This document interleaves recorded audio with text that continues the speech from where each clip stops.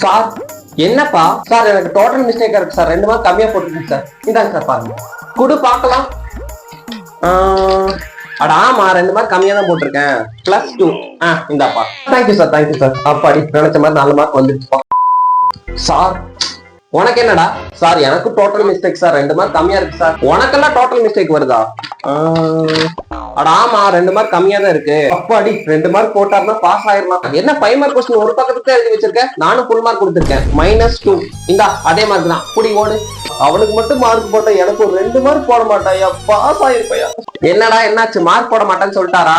என்னடா சிரிக்கிற? நீ போய் கேட்டு பாரு, உனக்கும் போட மாட்டாரு. நான் ஏன்டா அவர்கிட்ட போய் நிக்க போறேன்? என்னோட மார்க் என்னோட உரிமை. என்னடா சொல்ற? புரியல.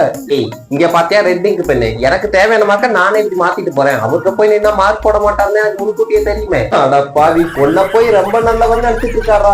இப்படி பொழைக்க தெரியாத பையனா இருக்கியடா.